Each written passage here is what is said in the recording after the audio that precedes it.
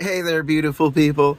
Let's talk about some thoughts on unconditional love, right? What does that mean? How do you unconditionally love somebody who hurts you? Well, what does that mean, that everything's always forgiven and it's just okay and it's just fine? No, that's not what it really means. It has a lot to do with perspective and how you really choose to look at things. And it is so easy to just operate from what's happening to me and my ego and my identity about myself and what's happening to me, right? So let me start by saying this. Loving somebody else does not mean betraying yourself and not loving yourself. That has to be equal. That has to be the same for the other and the self. Everybody's included, okay? But a perspective on harm has to understand where these things come from, why people, you don't get mad at a baby for throwing a tantrum because it's a baby and it has to learn, and the mama doesn't start punching the baby because the baby kicked her, okay? That's not how it works. And it's not belittling, it's just honest to look at yourself and everybody else in that way too. We all have learning and growing to do. And really what it comes down to is, are you or the people in your life honestly reflecting and trying to improve themselves in that way? Because you have to become your own parent when you get older. Life will give you a lot of lessons, but you're the one who really has to hold your hand and teach yourself ultimately. Even these other people around you, it's not really your job to, beat them over the head with what's right or wrong in your view, but you should practice it. You should demonstrate it, and you should embody it. If it's something that you really believe, you should embody it in yourself. So I can look at people who hurt me in different ways and understand the greater context of where it comes from. Whether you're talking about child abuse, that's an intergenerational thing that's passed down. Does that make it right? No. Does that excuse the things that happen? No. But it helps you understand that it was never about you. It was about whatever, the sadly very poor choices that somebody else made in response to a whole history of their own trauma. Okay? That doesn't make it okay, but it helps you understand that it was never about you. It's a cycle. Cycles that you can choose to break if you become aware of them. And it doesn't have to be something so dramatic as that. People hurt each other in small ways all the time, and you can really understand why people do, why people feel threatened. People feel threatened if you reflect to them something about themselves that they don't like, and they will come at you. Trust me. Nobody realizes that they're coming at you because you're mirroring something to them that they don't like. Instead, they will hang a projection on you to demonize you because they don't want to face it. And do you get all pissed off about that? You can. But you don't have to if you start to understand why and where it comes from. People are multifaceted. They're not all bad. Even people who might be doing something that you don't really like very much doesn't make them a bad person. They might not have a self-understanding of what's going on. And if you can start understanding that, you can start detaching yourself from all of the judgment and stuff that comes with it. That doesn't mean that you have to tolerate bad behavior. It doesn't. But it also means you don't have to demonize the other person to the extent that we're so readily tempted to do. It's not necessary, and it is absolutely not helpful. How do I feel about enemies in my life or people that hurt me? I just want them to stop hurting me and other people and themselves, because ultimately they do. I'm not here to beat them over the head, and punish them. I just want them to stop, because wanting to beat people over the head and punish them is perpetuating cycles. You're becoming part of the problem. What you become when you angrily, vengefully come back at somebody who hurts you is you're becoming the things that you hate. You're a sucker falling into the cycle is one way to put it. But that's kind of highbrow kind of bullshit way to look at it, okay? Really. Like, none of us are above some of these things. And the sooner that we start to own that about ourselves, the quicker we're all going to find a little bit of healing for ourselves and each other. And, maybe even the world just a little bit, because it all does emanate outward and propagate. The good and the bad, it all does. It's all there. So, unconditional love doesn't mean tolerating abuse. Sometimes you have to love yourself enough unconditionally to forgive yourself for allowing it in the first place when you didn't understand, and choosing to walk away. Walking away is extremely powerful. It's not powerful so much in what it does for the other people to diffuse their control and ability to keep hurting you, but it's powerful because you get to reclaim yourself. You do. You have a lot more control over your peace than we're led to believe. But this is all confounded. It is all confounded by the fact that we are creatures of trauma, and trauma is not your enemy. The trauma responses, the ability to have a trauma response built into your body and your subconscious, which is your body and your brain. They're not separate things. They're not, you can pick them apart into discrete pieces, but it operates as a whole, okay? These things are in us. They're part of cultural programs. Sometimes they're part of just straight up abuse, Physical abuse in the home, in your formative years, and emotional abuse will program your body. And then there's this thing called reactive abuse. Reactive abuse can be intentionally triggering you to get you to respond in a way to make you look like you're the problem, right? Because what happens when you're in a trauma response like that? If you've been programmed, this has happened to me. I was in an abusive environment when I was young, and the physical abuse especially will program into your nervous system strategies to stay safe and hypervigilance to become extremely aware of an emotional environment around you at a subconscious level, at a body level. And so you find yourself in environments that mimic any of that. You're going to be triggered. But what does trigger mean? Does trigger mean, you just don't have any self-control? It's like, well, yes, you don't actually have that control, because when you're in a trauma response, okay, let's take it to the basics. What are they there for? All right, you're going along, you're going through the woods, and all of a sudden there's a bear over there. You don't think, you run. Yeah. You run. Or, somebody's coming at you, something's gonna hurt you, you fight back, fight or flight, right?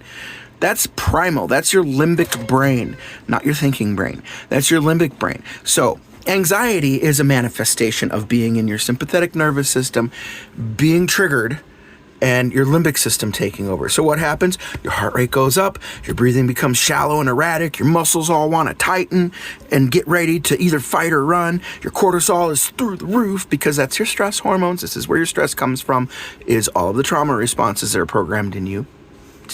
This is helpful to understand these things. And so you can find yourself in an environment that is not the environment where you were unsafe, but because your body and your subconscious are highly attuned to emotional environments around you, because you had to be ready when the script suddenly flipped from happy, joyful playing to, oh my God, I'm running for my life. Like I'm in fucking Vietnam or something, right? At 3 or 5 years old. So this is in you. This is in all of us to greater or lesser degrees. It doesn't have to be so pointed and dramatic, but trust me, it's there. It's there. I see it in people who come from quote-unquote non-abusive families and environments, but they still get these things programmed into them to different degrees. Any knee-jerk reaction you're having, gotta do this because of that. Well, that was programmed in you. So we're back to like the existential, the bear's coming at you. What happens? When that happens with your body getting ready to go, the prefrontal cortex, this front part of your brain, that's the thinky part. That's where all the little thoughty thoughts happen and the decisions and all of that. That's your executive brain that controls what, can control and override things that your limbic brain wants to do. But when you're in that mode, it shuts down. That's why you're in a fog. That's why you can't think. That's why you're just reacting, right? And it is mostly out of your control, but people treat you like it's not. But it isn't. You have to do some real work to try to first understand and then start to actually work with your body to teach it something different and heal those things. It's not just a simple thing, okay? But it is work that you can do, and it can be done. You've heard the body keeps the score. It's because so much of your trauma is held in your body. It's not that you have a muscle cramp here that won't go away, a tight muscle in the stretching. No, your body was in fight or flight so much as you were growing up that it never left it. And those muscles are always engaged because they're ready to go, especially like your psoas muscle and other certain muscles. Muscles all up in your neck and in, your vagus nerve. Part of this parasympathetic system, this vagus nerve innervates your facial muscles for emotion, your shoulders where you carry tension, pain, and it goes through every single organ in your body. And it's not even down your spinal cord. It's one of the dendrites. It comes out of your brain directly and goes down through your neck and into your body and face. And so it's highly connected to your emotional states and where you're going to carry emotions and carry the weight of emotions. And it's how your body, among the ways that your body holds trauma physically in the body, is because those things stay tense forever. And that's where these chronic things might come from sometimes, okay? So lighten it down just a little bit, it's like, so the reason that you can't think is because you don't have time to think. The bear's gonna get you. You're gonna be the bear's dinner, or you're gonna be mauled and wishing he killed you if he didn't, because it's gonna be bad, bad, bad. Your body knows this. Your body is there to protect you. It loves you, and it loves itself. You are it. And it wants to protect you. It's built in, okay? So these things are here for a good reason. But they get hijacked. They get taught things that aren't true. They do. They might have been true when you were in an unsafe environment, but that stuff doesn't leave you unless you work at it, unless you identify it, understand it, and do something for yourself about it. It can be done. There is hope there. I'm not saying you're hopeless on those things. And it doesn't mean you have to relive your trauma, but you do have to understand where the identifications are in your body. That's one way you can do it. There's other ways, cognitive therapies and things. There's lots of ways you can approach this stuff. The understanding and technology that we've come up with, everything from psychological talk therapy, other things to body stuff, but essentially, in order to heal any of these things, you need to put your body, not your brain, not the thinky part, but the rest of you got to put your limbic system in your body into a calm state and teach it that way. That's how you release these things and get rid of them, is you're re-educating your subconscious and your nervous system. But understand how these things play out. Like, if you find yourself in a similar environment, I found myself in a work environment, right? And I'm 55 years old. I should have my shit together, right? Yeah, except that maybe my shit was really heavy and I had some of it buried down and I didn't realize how it was still affecting me. Like most of us don't. I'm an extremely intelligent person, and I'm grateful that I was gifted that. I didn't sign up for that program, and it comes with, it's a double-edged sword, trust me, so I'm not trying to be a better than or anything. My point is that even a very intelligent person can be unaware of these things until they just make themselves so known you can't ignore them. So in a work environment, it mimics childhood, because as a child, you're dependent and you need your family to love you, to care for you, and take care of you because you can't do it for yourself. As an adult, you can find yourself emotionally trapped in a job because it becomes existential. You need the money for the rent, you need the money for the food, you need the money for the kids to buy their school books and shit, whatever. You have existential needs attached emotionally to your workplace. And a workplace gives you money, which acts as a surrogate for conditional love, which is not real love. You have to earn it, work for it, perform for it. And so at the job, you got a boss you can't really deal with. Maybe you can deal with them, but they're annoying. They're not a good boss because they make you feel bad and uncomfortable all the time. And, they're just low-level abuse. Doesn't matter.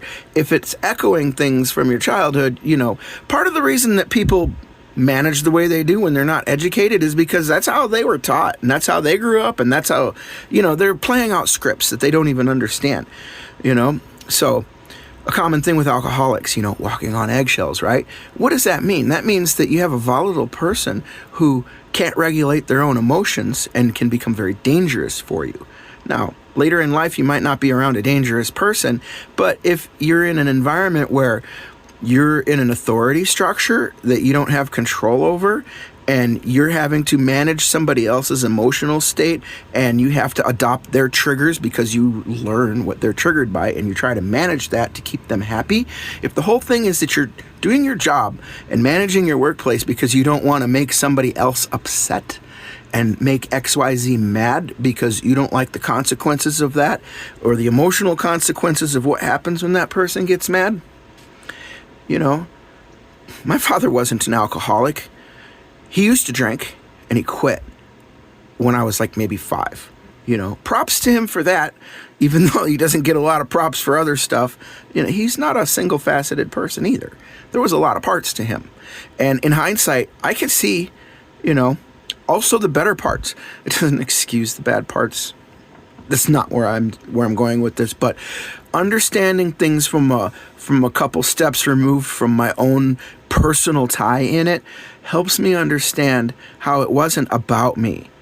And that is so healing to start to begin to understand that. It is. It's at least a road to get there. It's not, they call it forgiveness, and maybe that's not exactly what it is, but it is understanding and seeing things from a broader perspective. So, people use tactics that they learn are effective because everybody else has experienced very similar things, and they get the kind of response out of people. So, emotional bullying works. It does. It's because not everybody, but a lot of people are taught it. And some people, they just, they're much more hip, whether intelligence knows or their body knows that, like, hey, this ain't right, and I'm out, and have a lot less problem with that. Other people, they don't know what's going on. Even I didn't really understand for a very long time why I was becoming more and more bothered where I was, until I had realizations and decided I needed to walk away, which I did. Best thing I ever did, honestly. I've been doing an awful lot of healing, and my healing journey's mine, and it might look weird to people, why would you quit a job when you don't have any real savings and you don't know what you're going to do? Well, I've had an interesting road, so I'm not afraid of what comes because I've already been through it. And I realized that, like, the scariness of possibly becoming homeless, which happened to me after the 2008 crash, aren't as bad as continuing in an environment where I feel the way I feel when I was a child. It was so unhealthy for me. And people don't want to hear that because they kind of equate that you're trying to say they're an abuser. No, they're mimicking some of the traits of an abuser, but I'm not accusing anybody of that. But you can get unheard. You can get, like, treated like you're just making shit up, like you're just the problem. And especially because it makes you reactive and hard to contain your anger and your responses.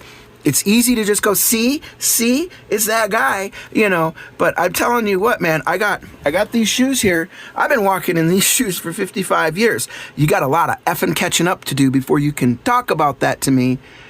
Just saying. You want to have that attitude? You better walk my walk first.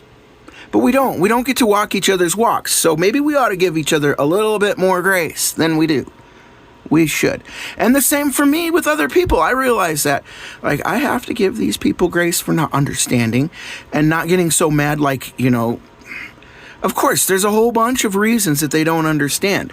Cultural reasons, just not, look how long it took me to understand, and I'm the one who has the nervous system that cannot deal with walking on eggshells around people.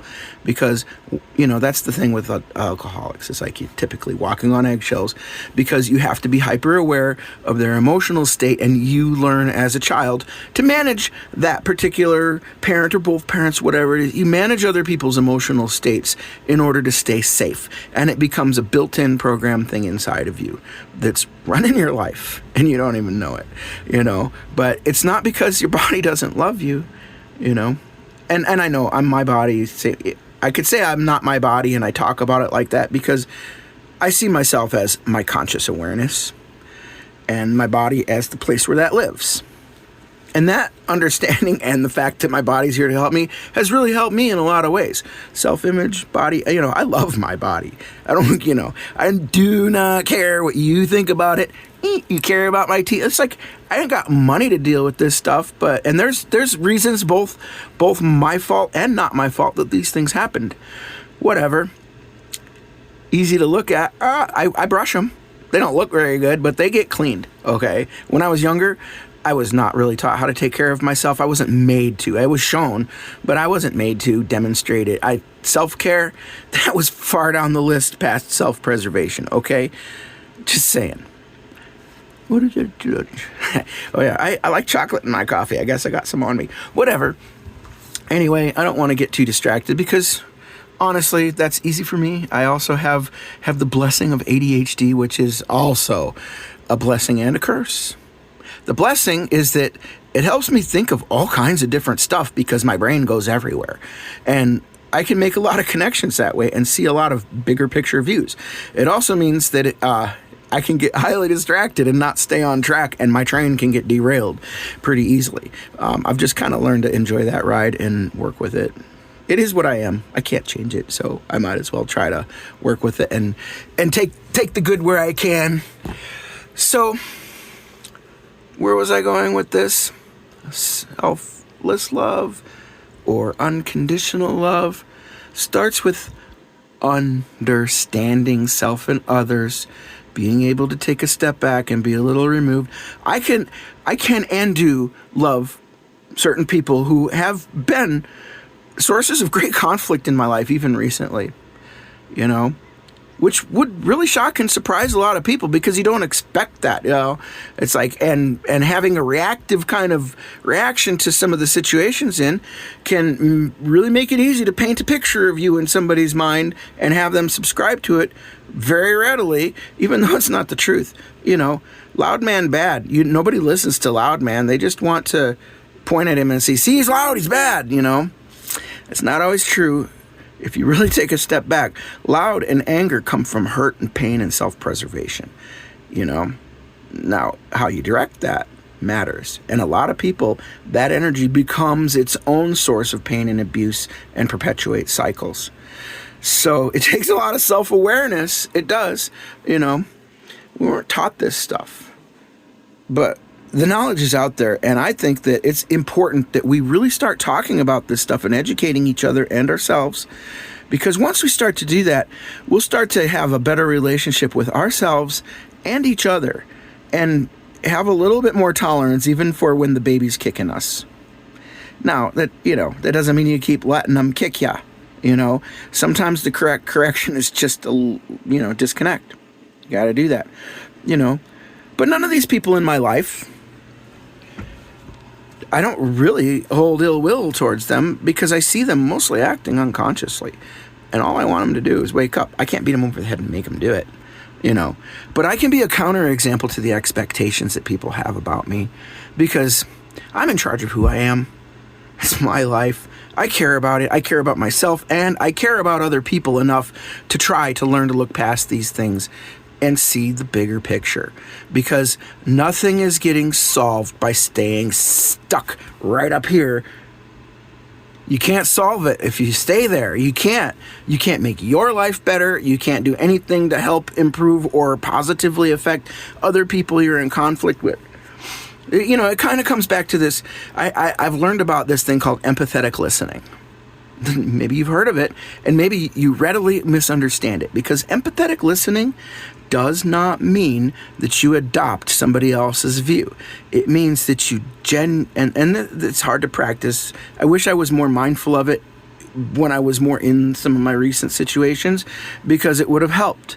But I was too triggered. I couldn't think.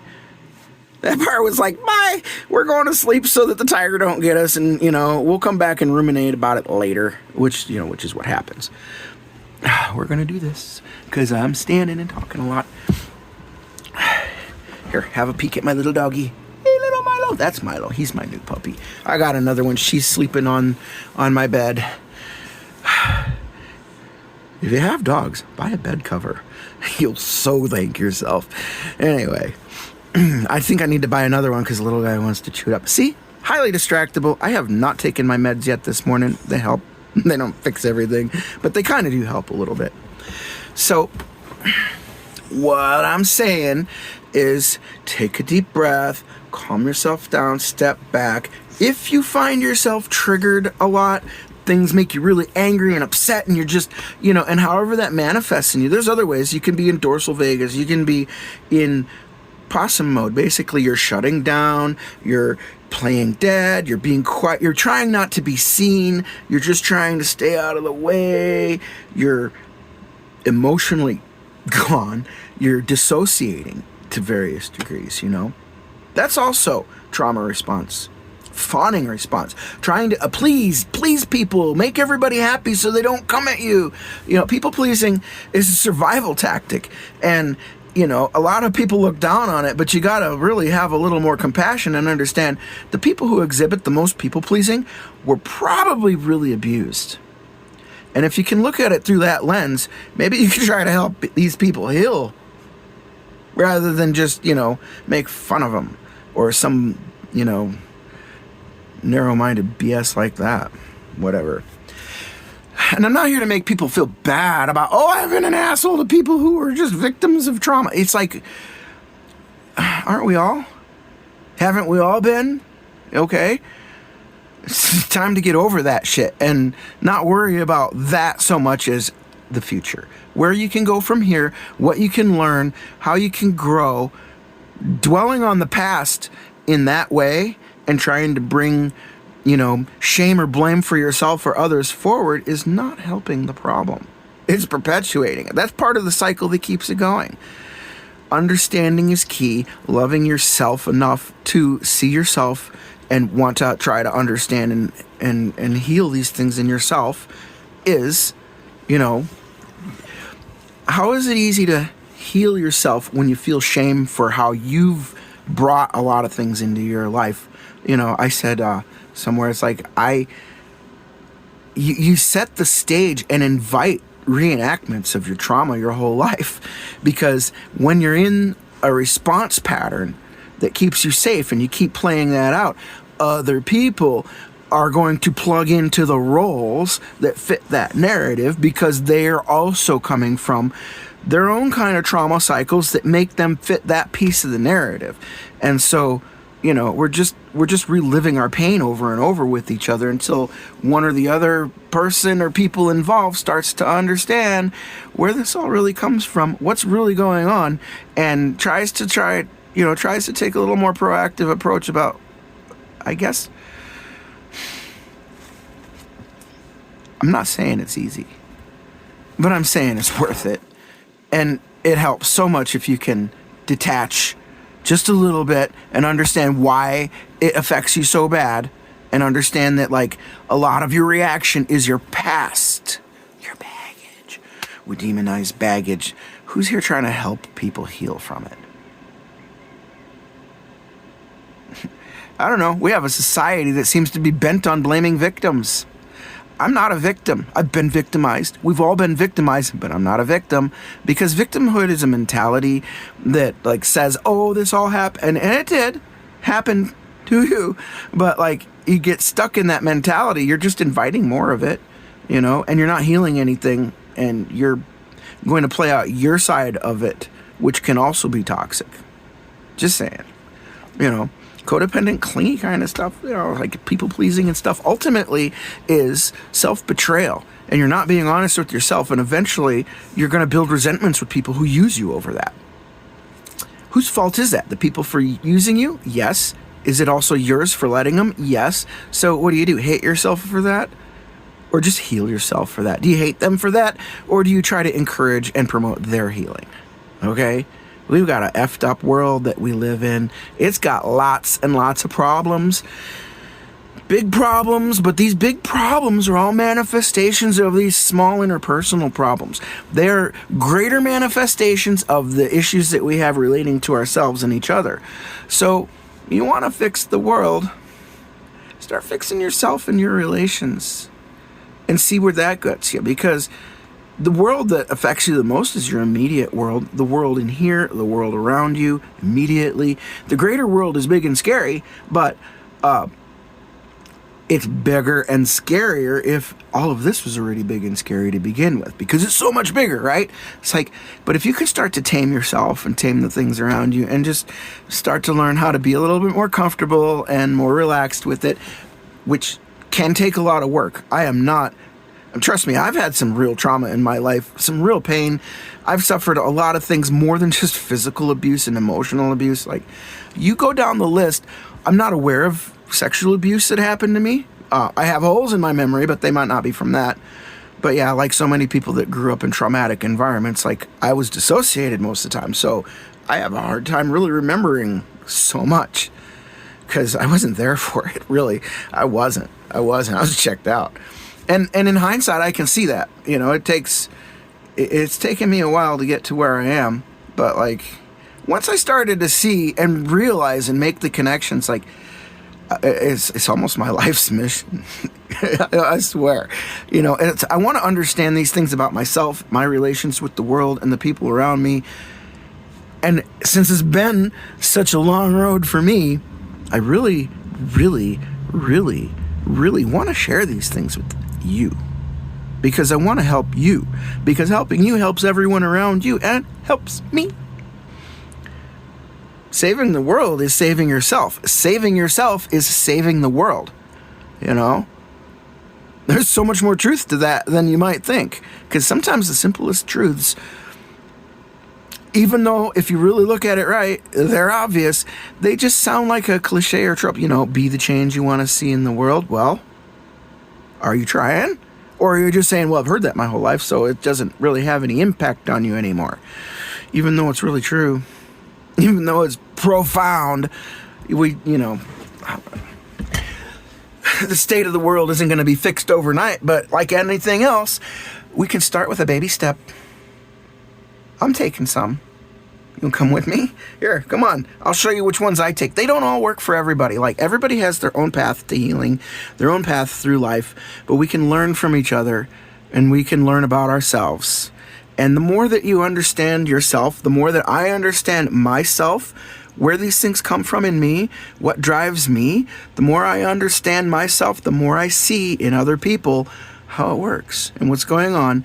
And I don't know. We make choices in life.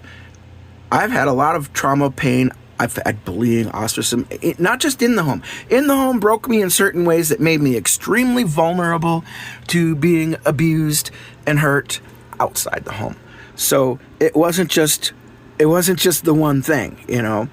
It was basically the first 20 years of my life were highly unhealthy. And the next 35 years since have been something to navigate, you know. But I never hated the world or just gave up on people. Mostly everything that I felt that I hurt, I'm like, why would you do that to people? No, don't, you know. And it's like, I don't know. I kind of like, I don't know why I care about people. I have every reason not to give a crap about anybody, but I just developed deep empathy. Like, I felt that pain, so I see that pain.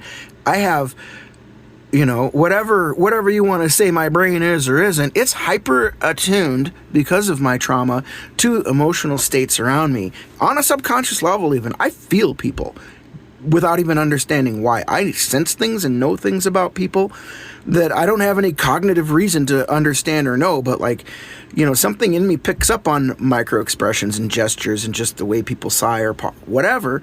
My body knows this, and so somehow I've become very attuned to, you know, things that people are feeling inside that they're trying not to show themselves sometimes.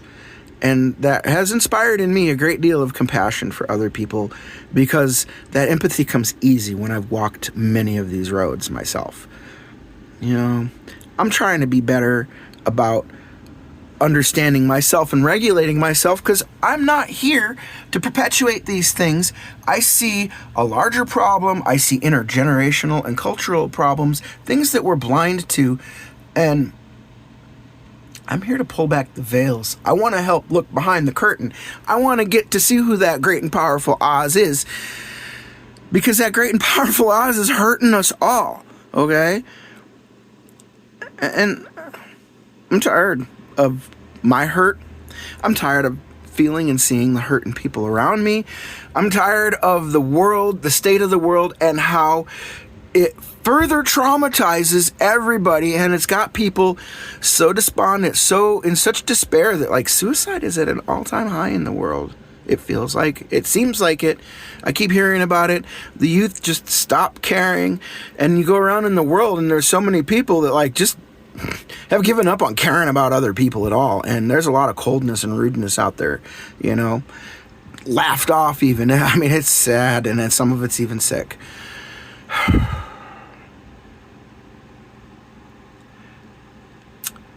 Which side are you going to choose? I like the Shawshank Redemption. I guess I need to end this. Dismiss. The Shawshank Redemption had a line in it, you know. Are you going to get busy living, or are you going to get busy dying? Well, if I'm dying to get busy living, because my clock's ticking, your clock's ticking. We all have clocks that are ticking. And I could have another 20 or 30 years if I'm really lucky. Haven't treated my body as well as I could have in my life, but, you know, this started at 5. All of this, whatever. It's not who I am. It's not. Anyway, like I said, highly distracted. But you can choose life. You can choose your own healing. You can choose understanding. You can choose to educate yourself and find out that, like, there is light at the end of this tunnel. There really is. You know, and you can take a baby step towards that light. You can take one with me. I am here to share. You want to know anything about how I got to where I'm at with this stuff? I want to help you. I want to help you. You know, I worked at this grocery store, right? And I had an inspiration from a book by Dan Millman called, I think it was The Way of the Peaceful Warrior.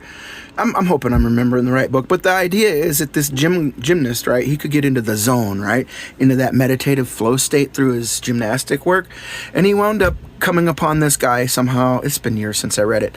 The guy went by Socrates. He became the guy's guru or spiritual teacher, but the guy Socrates worked at a gas station and performed his seva, his selfless service to other people, was just giving them the best experience that he could and serving all of the people there through his job as a function to do that. And so a lot of the way that I approached my grocery store interaction as a checker, which I chose that job because I wanted something simple.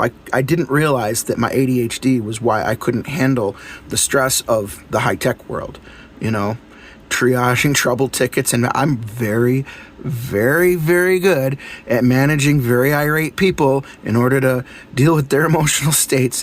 In that context, I'm aces, man. I am rare that I am so good with managing people, and that process through a whole troubleshooting process on highly technical stuff. I learned dealing with stock traders losing millions of dollars per second. Not a joke. That's a lot of pressure, you know, so I'm capable of a lot. But here I am in a grocery store, and I can't contain myself because the environment's different. You know, I wasn't dealing with bosses that were treating me with emotional manipulation, trying to manage whether they were happy or not, as opposed to the job function where I was working when I worked at that company or some of the other ones that I did. And I could easily detach myself from what was going on with the interactions with the customers. Learned an awful lot of skills there. I wish that I wasn't so, you know, but my nervous system betrayed me. And I'm starting to get a handle on that, but it made it very difficult for me to understand what was going on or to control how I was feeling, or, you know, how agitated I was getting about the thing. I'm a lot calmer about it now. I have a greater understanding of myself because I care about myself. I love myself, and I'm taking charge of my life. You know, healing is a journey. You can go to doctors and therapists and everything else. They're there to help you. They are. They can be tools, but like ultimately we heal ourselves. It's our own choice. It's our own path. And, you know, I got tired of my subconscious driving my life. Once I realized I was in the passenger seat, I'm like, wait a minute. That other part of me is driving and I'm not, and I want that wheel because I'm tired. This guy doesn't know what he's doing. I mean, he does, but he doesn't know where he is. He's living in the past. He doesn't see the present moment. So I had to bring that part, know that part, bring it into myself, and love that part, even though that part drove me off of a lot of cliffs. It is so easy to hate yourself for all the cliffs you've driven off of until you start to understand how that happened. And you can heal. It's a road. I'm not all there, but I'm on the road, and I want people in my life who are on that road, and I can forgive people who fall off of it if they're trying to get back up. I got a hand for you, but I know it's your walk. I got my walk. I'm just saying, let's walk in a better direction together, Let's walk towards a brighter future because we make our world. We get to choose. And right now, we're under mass psychosis on a grand scale that we don't. And it feels existential. So we're walking around in a highly triggered world right now. Let's start to diffuse the bombs. Let's start to rewire ourselves and each other. Because we'll heal ourselves and each other. We'll feel a lot more calm. We'll feel a lot more grounded. We'll feel a lot more stable. And we'll feel a lot more empowered to actually start thinking again and doing something constructive to build a better world. It's easy to look at the world and say, this has to go, this is bad, that has to go, that's bad, But, that's not much different than a trauma response saying, I got to fight it or run from it, fight or hide, whatever, But if you can get your your little thinky noodles all squiggling again and back online, then maybe we can start coming up with solutions and building systems and things to replace the systems and things that are outdated and broken. Our world's broken, but we built this world. We can unbuild it. We can do it. You can build a little faith in yourself by confronting yourself, being honest with yourself, and loving yourself enough to try to heal yourself. You're going to find greater compassion for other people. And this is the core of the problems in the world, much more so than people realize. When I was in high tech, I was taught by some very smart people some approaches to what they call root cause troubleshooting. You can fix a symptom over and over, and soon you're going to run out of Band-Aids. Or you fix a symptom here and it's whack-a-mole. It shows up over there. Now it shows up over there. Because you never really got to the real heart of the problem. And it takes a lot of work and energy sometimes, so pragmatically, you might have to come up with a Band-Aid. But if you give up on understanding where the wound is, it's just going to manifest again and again and again. So it's worth it. It's worth the effort to try to dig a little bit deeper. It's worth the effort to understand a little more, because when you can heal the root cause of a problem, whether it's in the computer or in your own body or your brain or in your relationships around you or with your community or the world, if we can get down to the core of where these things really come from and where they play out and how they play out, you can fix it forever. You can fix it for good. You fix the root cause of a problem, it doesn't come back. It doesn't, because you fixed what actually caused it. And you also have a greater understanding so that if that piece breaks again, you know where to go and what to fix. And it's not such a mystery anymore. I love me. I love you. I know, the big purple dinosaur. I forget what the name of it was. I always hated it because there's you're stealing the song, da da da da da da da. But for real, when people say love is the answer, that's not a joke. It's fucking work, but it is really worthwhile, and it pays. It pays the dividends that you've wanted your whole life. It's the prize. So keep your eyes on the prize. Love yourself a little better. Love each other a little more. Take a step back from how wrapped up you are in your pain and your conflicts with each other, and try to figure out what's actually going to help. Empathetic listening. I mentioned it. I forgot to elaborate on that.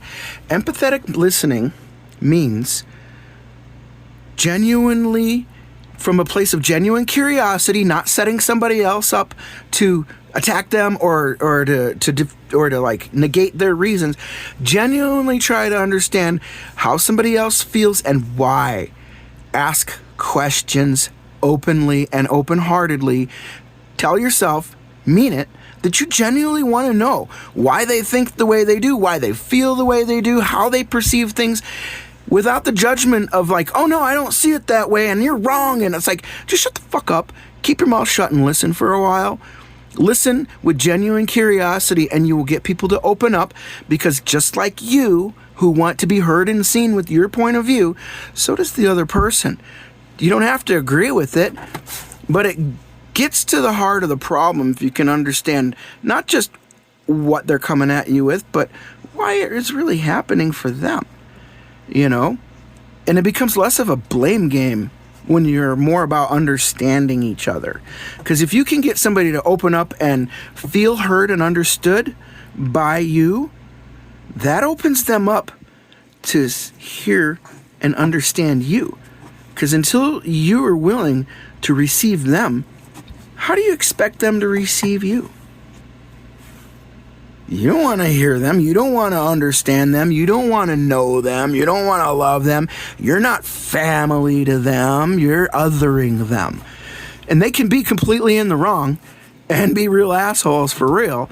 But, like, you'd be surprised how far you can get with that kind of understanding and tactic, you know.